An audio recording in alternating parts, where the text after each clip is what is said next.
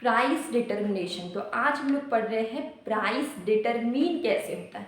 हम लोग कोई भी सामान खरीदते हैं वो कितने प्राइस का, जितने प्राइस में खरीदते हैं वो प्राइस कौन डिटरमिन करता है। तो इसको जानने से पहले एक चीज़ जानिए कि एक मार्केट में दो लोग होते हैं, एक होता है बायर, दूसरा होता है सेलर। ठीक है, एक होता है खरीदने वाला, एक होता है बेचने वाला। अब हम इसी से पूरा जो चैप्टर है वो बायर एंड सेलर से ही रिलेटेड। चलिए स्टार्ट करते हैं। Price determination. ओके, तो यहाँ पर एक टर्म है मार्केट इक्विलिब्रियम। क्या है?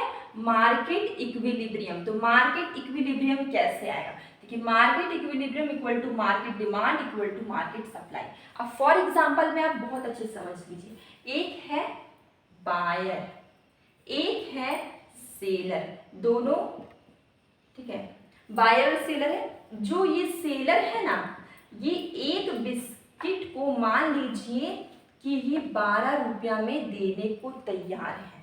ठीक है, और ये जो बायर है ये मांग रहा है 8 रुपए में। समझिए, ये 8 रुपए में मांग रहा है, ये 12 रुपए में देने को तैयार है। ये दोनों में कहीं भी ऐसा प्राइस नहीं है दोनों का जिसमें ये लोग सेटिस्फाइड है। ना 8 रुपये में सेलर सेटिस्फाइड, ना बायर 12 रुपये में सेटिस्फाइड है।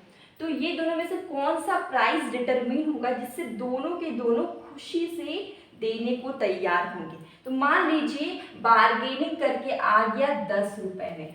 अब ये 10 रुपया ऐसा प्राइस है जिसमें बायर भी खुश है और सेलर भी खुश है। बायर को लगा 12 रुपये का सामान हम 10 रुपया में ले लिए, ठीक है, खरीद लिए, और सेलर ने 10 में बेच दिया, उन्होंने 8 में खरीद के लाया था, 2 रुपये का सेलर को प्रॉफिट हुआ। तो दोनों इस प्राइस में क्या है? खुश है। इसी को बोलते हैं ये इक्विलिब्रियम प्राइस। ठीक है, जिसमें डिमांड एंड सप्लाई मतलब बायर एंड सेलर दोनों इस प्राइस के लिए खुश है। इस प्राइस को देने में दोनों सेटिस्फाइड है। तो अब हम देखते हैं चैप्टर मार्केट इक्विलिब्रियम क्या है। मार्केट इक्विलिब्रियम है market demand equal to market supply. For example में हम इसको टेबल से समझते हैं। ये हमारा शेड्यूल है जिसको मैंने बना रखा है। सबसे पहले प्राइस है 4 रुपीज, 8 रुपीज, 12 रुपीज, 16, 20। डिमांड है 100, 80, 60, 40, 20। अब एक चीज देखिए, प्राइस हमारा यहाँ पे बढ़ रहा है 4, 8, 12, 16, 20, लेकिन हमारा डिमांड देखिए घट रहा है। डिमांड है 100, 80, 60, 40, 10। जैसे जैसे प्राइस बढ़ता है वैसे वैसे डिमांड घटता है। ये तो बहुत ही नॉर्मल फिनोमेना है। जब भी प्राइस किसी भी कमोडिटी का बढ़ेगा तो डिमांड उसका घटेगा। ठीक है, तो ये सेम चीज यहाँ पे लिखे, प्राइस बढ़ा डिमांड घटा। अब हम इसके अपोजिट में देखते हैं, प्राइस बढ़ रहा है तो सप्लाई हमारा देखिए सप्लाई भी बढ़ रहा है। ठीक है, प्राइस बढ़ा तो हमारा सप्लाई देखिए बढ़ रहा है। तो यहाँ पर मार्केट इक्विलिब्रियम कहाँ पे आएगा? जहाँ पे 12 रुपया में जहाँ पे डिमांड की इक्वल हो जाएगा सप्लाई।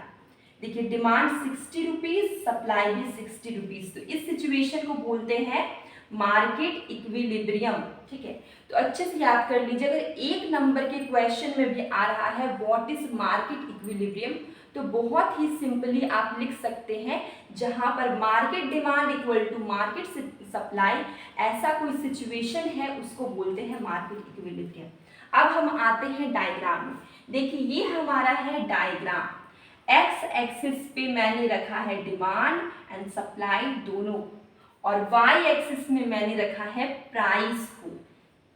देखिए, डिमांड एंड सप्लाई दोनों है इसमें। अब जो नीचे की तरफ आ रहा है, नीचे की तरफ, वो है हमारा डिमांड, क्योंकि डिमांड हमेशा क्या होता है? Downward sloping. देखिए, डिमांड क्या है? डाउनवर्ड स्लोपिंग, लेकिन सप्लाई क्या है? Upward sloping. ये हमारा सप्लाई है, सप्लाई हमारा है अपवर्ड स्लोपिंग। अब एक पॉइंट ऐसा आएगा जहां पे demand and supply both are equal, तो वो पॉइंट को बोलते हैं मार्केट इक्विलिब्रियम। देखिए, 12 रुपया का जगह में जहाँ पे 12 रुपया है वहां पे डिमांड एंड सप्लाई दोनों क्या है? Equal, 60 rupees, 60 rupees.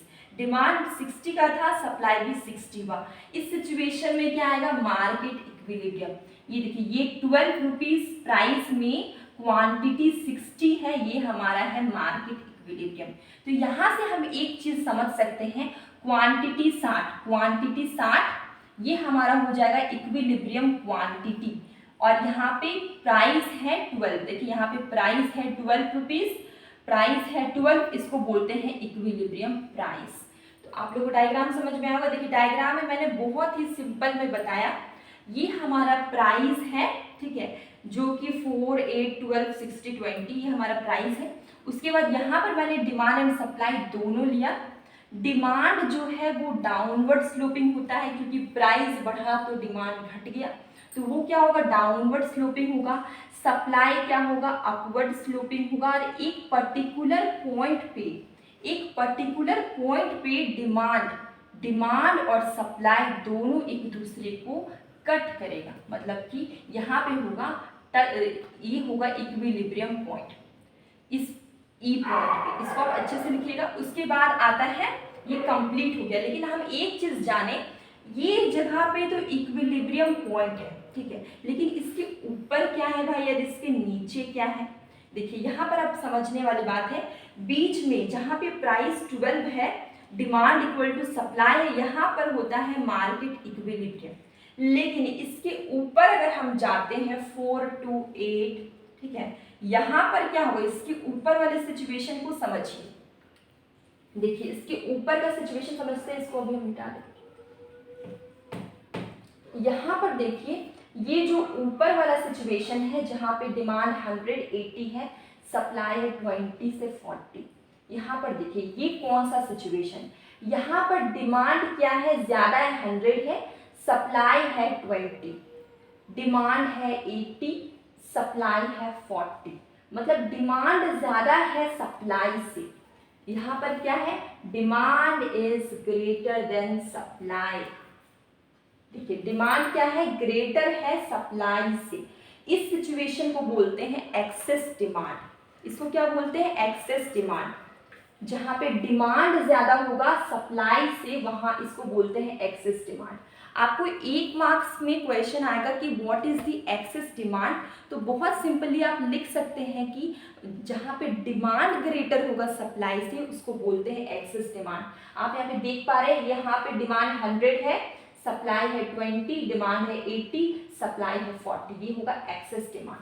अब हम नीचे आते हैं, देखिए यहाँ पे देखिए, डिमांड है 40, सप्लाई है 80, डिमांड है 20, सप्लाई है 100। अब क्या देख रहे हैं, डिमांड क्या है, छोटा है, डिमांड क्या है, छोटा है सप्लाई से। देखिए डिमांड 40 है, सप्लाई है 80, और डिमांड 20 है, सप्लाई 100। तो डिमांड छोटा है सप्लाई से, इसको बोलते हैं एक्सेस सप्लाई। ओके, तो ये सिचुएशन हो गया एक्सेस सप्लाई।